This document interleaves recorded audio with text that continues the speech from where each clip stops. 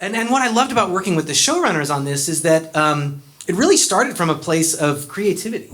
They would just let me talk about what I wanted to do.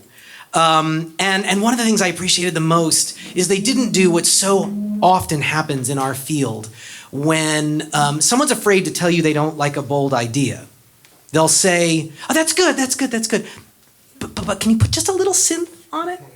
Like, I love that idea, but like, or it's like, yeah, make it scary, but can you make it just a little funny? Or make it funny, but just a little scary? And it's like death by 1,000 cuts, where it becomes like the bold idea is watered down and watered down and watered down. And we've all been in that situation. I know how to navigate that situation. There's no magic way to get out of that situation. It's created by the people that are around you, and the people on Lord of the Rings, really, especially the showrunners, JD Payne and Patrick McKay, really gave me a lot of freedom and quickly kind of backed away. And because it was clear that we all wanted the same thing. We wanted to reference the Howard Shore scores in the way it feels, but sort of make a continuous experience out of it. And pretty quickly, I'll say this in a room full of other composers, we quit spotting this show.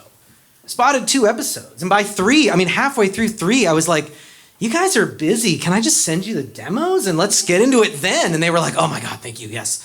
And that, to me, I don't mean to say that they're not good showrunners. They're brilliant showrunners. But we were so in sync that everything we were talking about was just like, here's my idea. And they would go, just go do it. Just go do it. It'd be it's much better. And they had so much more on their plates. So I really felt liberated to take some swings and make something that was unabashedly, lyrically orchestral.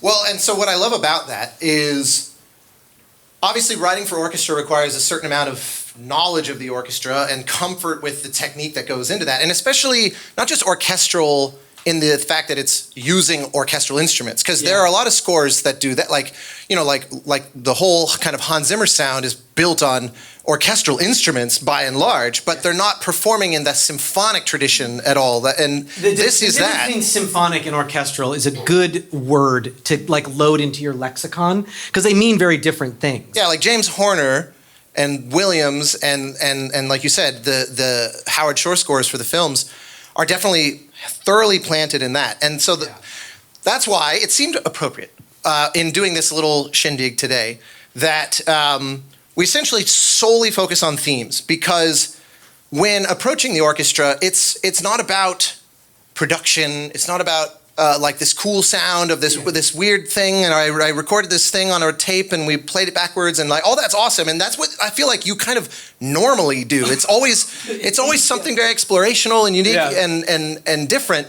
And here it's like this all comes down to the notes. Yeah, that's the thing. This is the thing that made the job so brutal. Honestly, was I wanted to write themes for every character that could stand on their own if you play them with one finger at the piano, and forego all of the gorgeous orchestral colors and production, which we used, and instruments from around the world, and folk soloists and singers.